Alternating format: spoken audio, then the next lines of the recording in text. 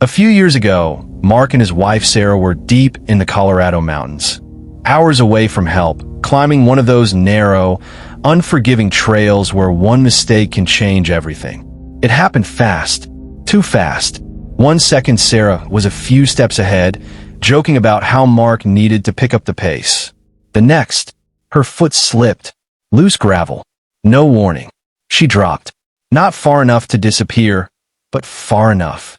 Mark lunged forward, hitting the ground hard, crawling to the edge. Sarah, no, answer for a split second. Then, I'm here. I'm here.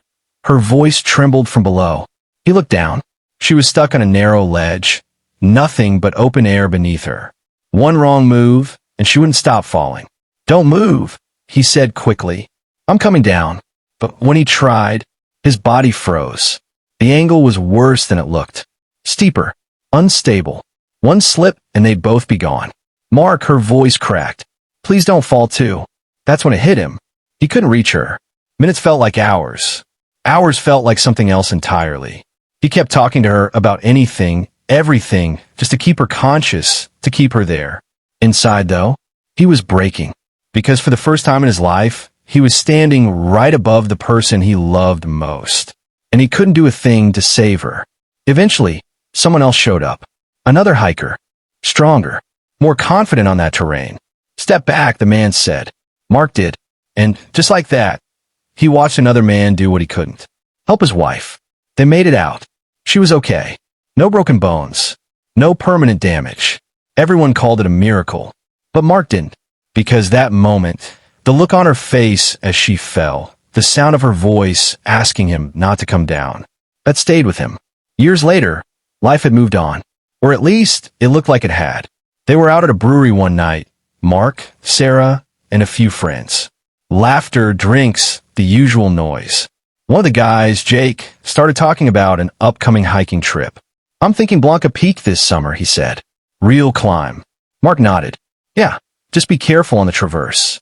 Weather turns fast up there. Jake smirked. Yeah, I'll try not to leave anyone stranded halfway down a mountain. A couple people chuckled. Mark blinked. What? Jake leaned back, grinning. I mean, wasn't it you?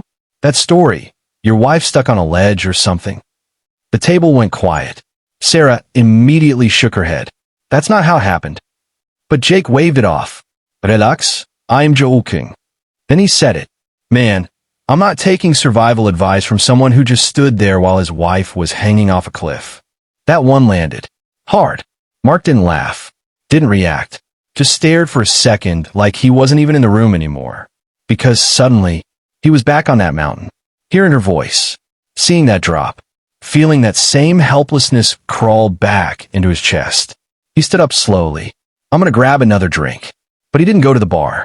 He walked straight outside. The night air was cold, but it didn't help. He leaned against the wall, trying to breathe. A minute later, Sarah came out. Hey, what's going on? He didn't look at her. He thinks it's funny. She sighed. He's being an idiot. Mark shook his head. I thought I was going to lose you that day. Silence. I still hear it sometimes, he added. That moment. Sarah softened. You didn't leave me, she said gently. You stayed. He finally looked at her. But I couldn't save you. She didn't respond right away. Because she knew. That was the part he never got over. Can we just go? He asked. She nodded. They left without saying a word to anyone. Later that night, his phone started buzzing. Jake, where'd you disappear to? Another message. Bro, seriously? You just left me there. Then more. I had to Uber home. That wasn't cheap. Mark stared at the screen for a while before typing. Why would you bring that up? You know how I feel about it.